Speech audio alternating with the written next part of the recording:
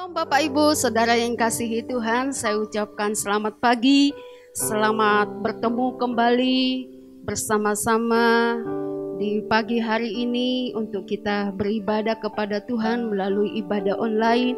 Dan hari ini kita bersama-sama memperingati akan hari kenaikan Sang Juru Selamat kita Yesus Kristus. Dan biarlah di pagi hari ini kita mau tetap semangat, bersukacita bersama-sama untuk kita memuji, menyembah Tuhan. Haleluya.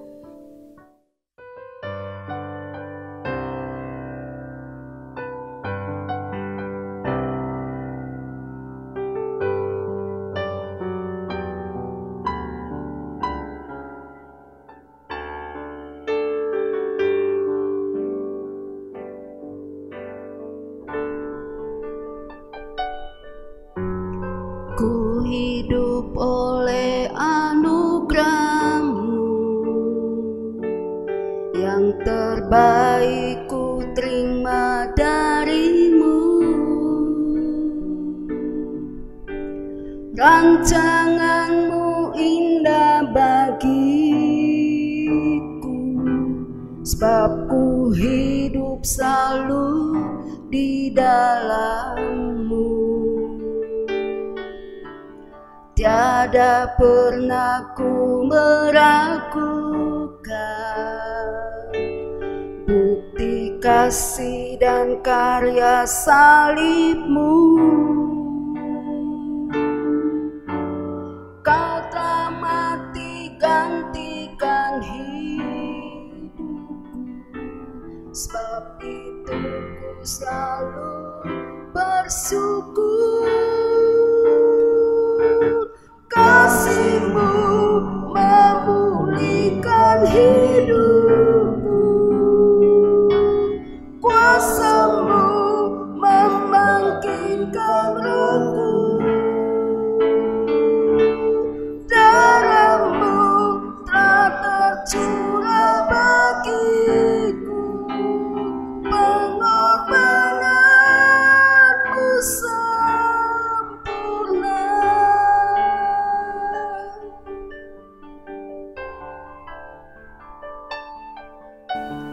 Ku hidup oleh anugerah-Mu,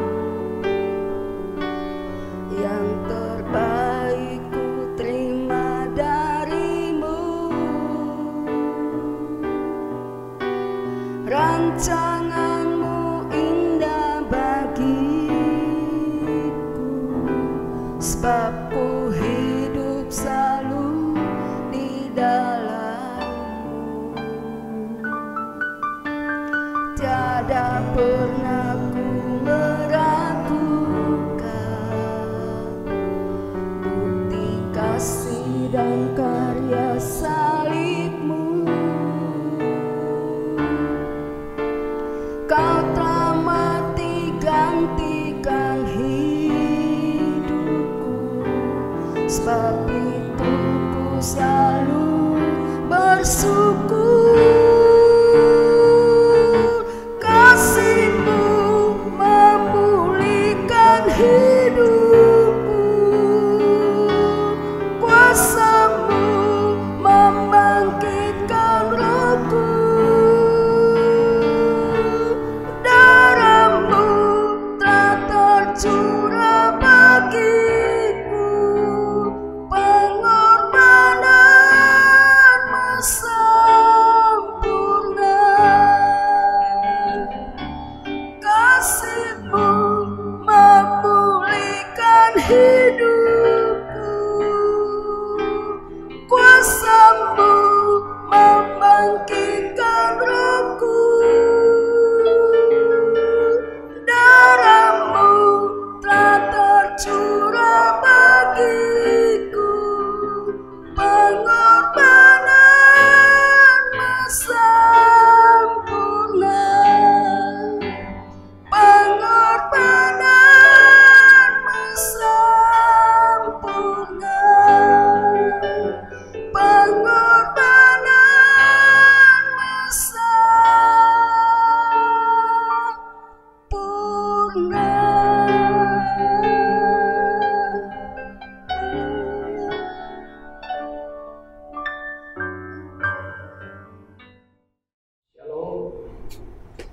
Puji Tuhan. Hari ini kita memperingati kenaikan Tuhan Yesus ke surga. Kita akan sama-sama belajar firman Tuhan. Namun sebelumnya, mari kita tundukkan kepala, kita berdoa, kita berdoa. Segala puji, syukur, hormat, kemuliaan dan kebesaran hanya bagi Bapa di dalam surga.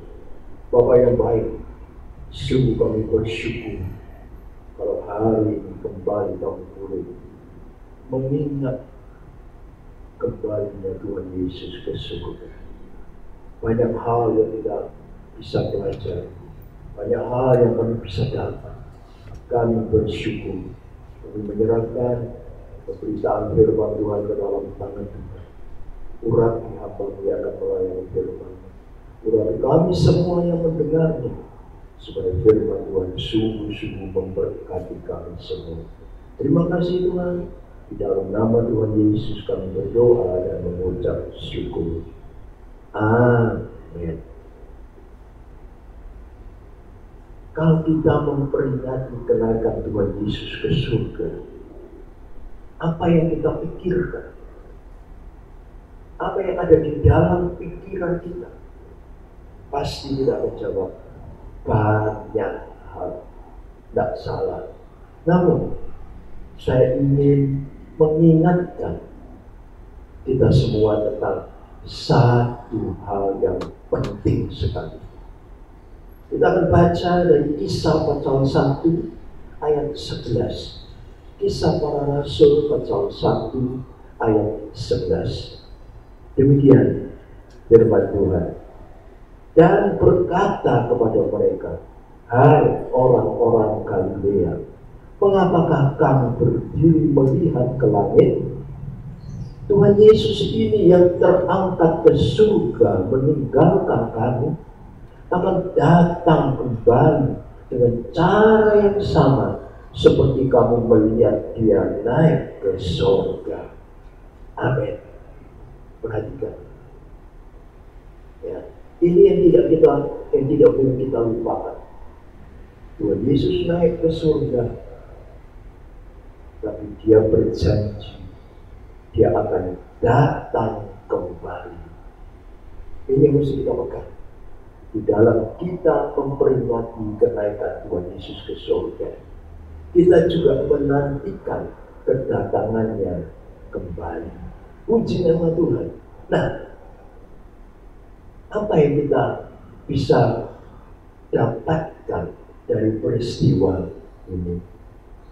Ada 3 hal yang kita peroleh dari kenaikan Tuhan Yesus ke surga. Yang pertama, terdapat di dalam Injil Lukas pasal 24 ayat 50. Injil Lukas 24 ayat 50. Lalu Tuhan Yesus membawa mereka keluar kota sampai dekat Betania. Di situ ia mengangkat tangannya dan memberkati mereka. Yang pertama, ya, kita dapat berkat. Kalau naik ke surga, Tuhan Yesus mengangkat tangannya, memberkati murid-muridnya. Dan itu juga berarti kita dapat berkat yang sama. Puji nama Tuhan. Itulah Tuhan kita yang luar biasa. Ya. Mengapa Tuhan Yesus memberkati kita?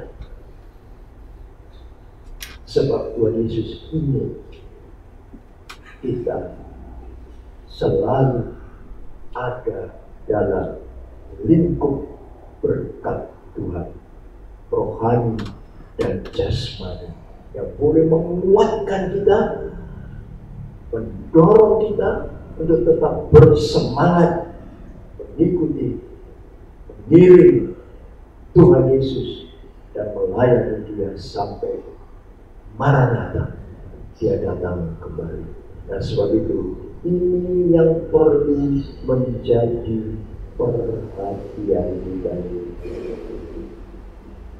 diberkati.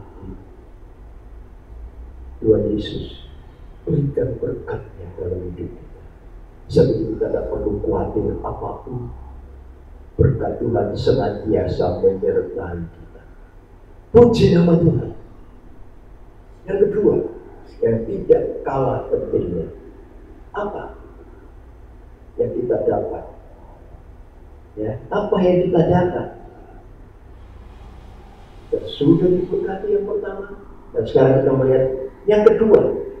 Kita baca dari Kisah pasal 1 ayat 8. Kisah para Rasul pasal 1 ayat 8. Berbunyi demikian. Tetapi kamu akan menerima kuasa kalau Roh Kudus turun ke atas kamu, dan kamu akan menjadi saksi di Yerusalem dan di seluruh Yudea dan Samaria dan sampai ke ujung bumi. Yang kedua, pada waktu Tuhan Yesus naik ke surga, yang pertama, Dia memberi kita berkat. Yang kedua, Dia memberi kita tugas. Jangan lupa, ya, bukan cuma berkat yang kita harapkan, tetapi kita lupa bahwa Tuhan Yesus juga memberi kita tugas pada saat Dia naik ke surga. Ya. Puji nama Tuhan. Naik ke surga, dikasih tugas. Akhirnya kita baca dan mengatakan untuk menjadi saksinya. Menjadi saksi berarti secara sederhana menampilkan Tuhan Yesus di dalam hidup kita sehari-hari, baik dengan perkataan, baik dengan perbuatan, baik dengan sikap dan tingkah laku, maupun dengan pikiran kita. Tampilkan Tuhan Yesus. Itu menjadi saksi. Itu tugas yang Tuhan Yesus berikan buat kita semua. Nah, supaya kita lakukan, seringkali kita lupa akan tugas sederhana. Kemanapun kita pergi, dimanapun kita berada, di situ kita adalah saksi Tuhan. Dengan perkataan, perbuatan, sikap, tingkah laku, maupun kelakuan, maupun pikiran kita. Puji nama Tuhan. Nah, berikutnya, tugas apa yang Tuhan Yesus berikan kepada kita? Tugas apa? Markus 16 ayat 20. Markus 16 ayat 20. Mereka pun pergilah memberitakan Injil ke segala penjuru, dan Tuhan turut bekerja dan meneguhkan firman itu dengan tanda-tanda yang menyertainya. Luar biasa. Tugas yang kedua yang Tuhan berikan kepada kita, memberitakan Injil. Memberitakan Injil artinya memberitakan kabar baik. Kabar baik. Ya, ini penting buat kita. Sehingga dimanapun kita berada, kemanapun kita pergi, kita adalah pembawa kabar baik dalam tanda kutip. Banyak hal tentang kabar baik, tetapi yang pokok adalah di dalam Tuhan Yesus ada keselamatan. Ini kabar baik. Di dalam Tuhan Yesus kita diselamatkan. Puji nama Tuhan. Nah, di dalam kita menerima tugas ini, kita tidak mungkin jalan sendiri. Tidak mungkin. Ya. Mana kekuatan kita? Mana dukungan kita? Tidak mungkin kita jalan sendiri. Sebab itu firman Tuhan mengatakan, Matius 28 ayat 20, Aku menyertai kamu senantiasa sampai kepada akhir zaman. Luar biasa. Ya. Jadi Tuhan menyertai kita. Bukan hanya sebentar, sekejap, tapi sampai akhir zaman. Selama kita melakukan tugas yang Tuhan berikan, Tuhan tetap menyertai kita. Puji nama Tuhan, luar biasa. Bukan itu saja, untuk melaksanakan tugas yang Tuhan berikan, Tuhan juga hanya sekedar menyertai. Tetapi firman Tuhan mengatakan, Tuhan memberikan kuasa, power kepada kita, melengkapi kita dengan kuasa untuk dapat melakukan tugasnya dengan sebaik-baiknya. Kita baca dalam Injil Markus pasal 16 ayat 15 sampai 18. Ayat 15 sampai 18. Saya akan bacakan ayat 17. Ayat 17 saja. Tanda-tanda ini akan menyertai orang-orang yang percaya. Mereka akan mengusir setan-setan demi namaku. Mereka akan berbicara. Lanjut satu ayat lagi. 18. Mereka akan memegang ular, dan sekalipun mereka minum racun maut, mereka tidak akan mendapat celaka. Mereka akan meletakkan tangannya atas orang sakit, dan orang itu akan sembuh. Dahsyat. Ini kuasa yang Tuhan berikan. Kalau kita melakukan tugas yang Tuhan berikan buat kita, yang Tuhan tugaskan kepada kita. Jangan takut melakukan tugas yang Tuhan berikan. Lakukan. Kita tidak sendiri. Tuhan menyertai kita. Kuasa Tuhan diberikan kepada kita, sehingga tugas itu dapat kita selesaikan dengan baik dan tuntas. Puji nama Tuhan. Seringkali kita cuma mau berkat. Memang Tuhan sudah berkat kita. Terima berkat. Tapi jangan lupa, ada tugas lain yang Tuhan berikan. Menjadi saksi dan memberitakan Injil, kabar baik, firman Tuhan. Lakukan ini dengan setia. Lakukan ini dengan sungguh-sungguh. Pasti kita akan selalu hidup menyenangkan hati Tuhan, dan kita akan selalu hidup untuk jadi berkat bagi hormat dan kemuliaan Tuhan. Puji nama Tuhan, puji nama Tuhan. Nah, kemudian yang penting adalah bagaimana kita menyikapi kenaikan Tuhan Yesus ke surga ini. Dapat berkat, diberi tugas, harus kita sikapi. Nah, mari kita belajar dari Injil Lukas pasal 24 ayat 52 sampai 53. Saya bacakan. Mereka sujud menyembah kepadanya.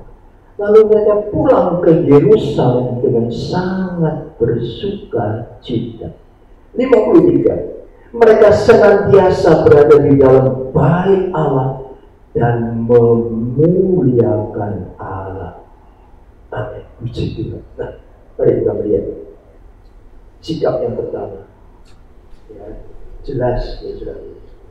Kita harus sujud menyembah kepada Allah. Sujud menyembah kepada Allah. Puji nama Tuhan. Ya, secara sederhana ini berarti, kita senantiasa memuliakan Tuhan dalam hidup kita. Secara sederhana. sujud menyembah kepada Allah, senantiasa memuliakan Tuhan dalam hidup kita, itu sikap kita. Haleluya. Seringkali kita lupa. Jangan sampai lupa memuliakan Allah di dalam kehidupan kita. Kalau kita memuliakan Tuhan, oh haleluya, hati Tuhan begitu senang. Dan Dia berikan kepada kita apa yang kita butuhkan. Bukan hanya untuk kebutuhan sehari-hari, tetapi juga apa yang kita perlukan untuk menuntaskan tugas yang Tuhan berikan. Sujudlah menyembah kepada Tuhan. Berikan segala kemuliaan hanya bagi Dia. Jangan curi kemuliaan Tuhan untuk diri sendiri. Salah.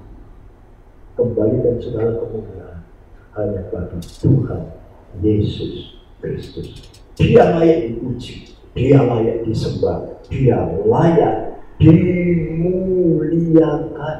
Haleluya. Puji nama Tuhan. Nah, kemudian yang kedua, bagaimana sikap kita? Yang pertama, sujud menyembah kepada Allah, berarti senantiasa memuliakan Tuhan di dalam kehidupan kita, meninggikan Dia, menyanjung Dia, menyembah Dia terus. Yang kedua, di firman Tuhan kita baca tadi mengatakan kita selalu terus-menerus rindu untuk berada di dalam bait Allah. Artinya kita tidak mau punya hubungan yang putus dengan Tuhan. Dengan berada di dalam bait Allah, ini berarti kita menjalin hubungan yang terus-menerus dengan Tuhan. Jalin hubungan terus-menerus dengan Tuhan. Ini sikap yang harus ada dalam hidup kita. Jangan putus.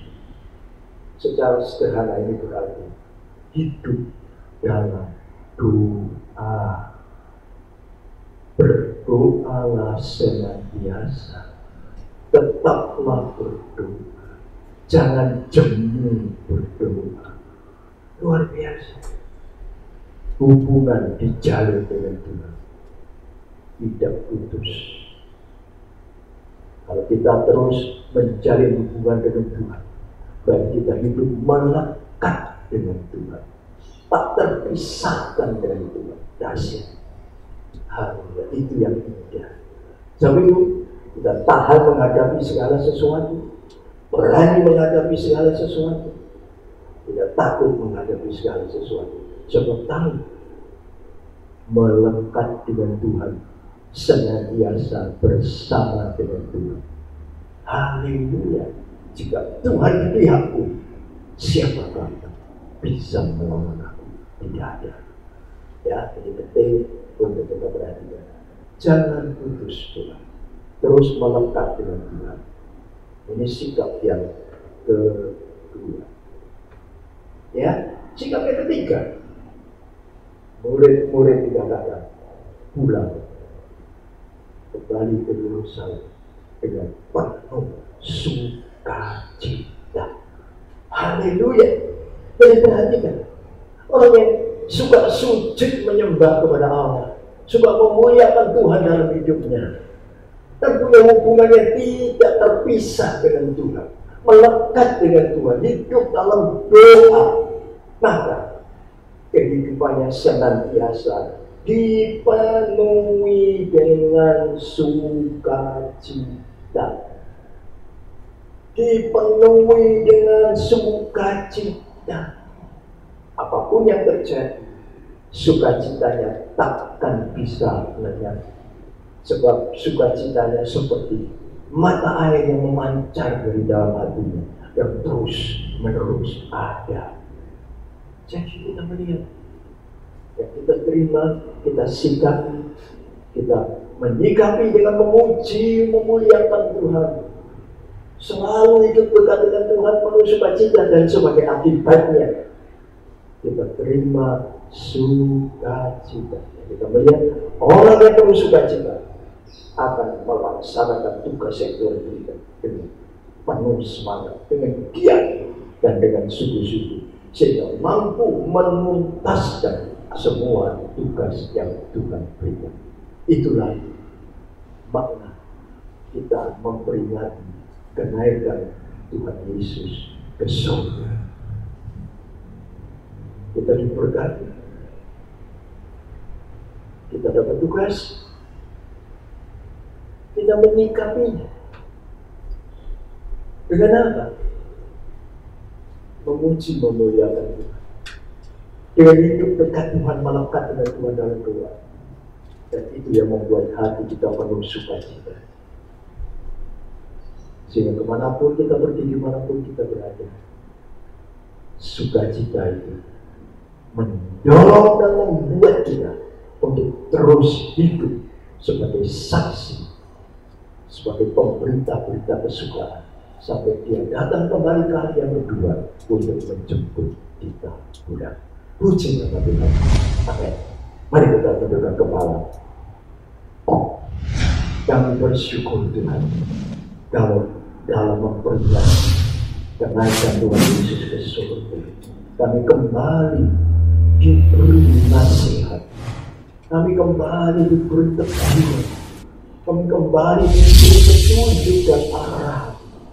Kami bersyukur Tuhan, kami terima semuanya dengan segala kerendahan hati kami masukkan dalam hati kami, haleluya, sehingga kami boleh jadi seperti apa yang Tuhan mau. Kami bersyukur Tuhan kalau Tuhan masih mau memberkati kami dan memberi tugas kepada kami. Itu berarti kami dipercaya sama Tuhan. Saat itu kami menyikapinya dengan memuliakan Tuhan, dengan hidup tak terpisah dari Tuhan, sehingga hidup kami dipenuhi dengan sukacita.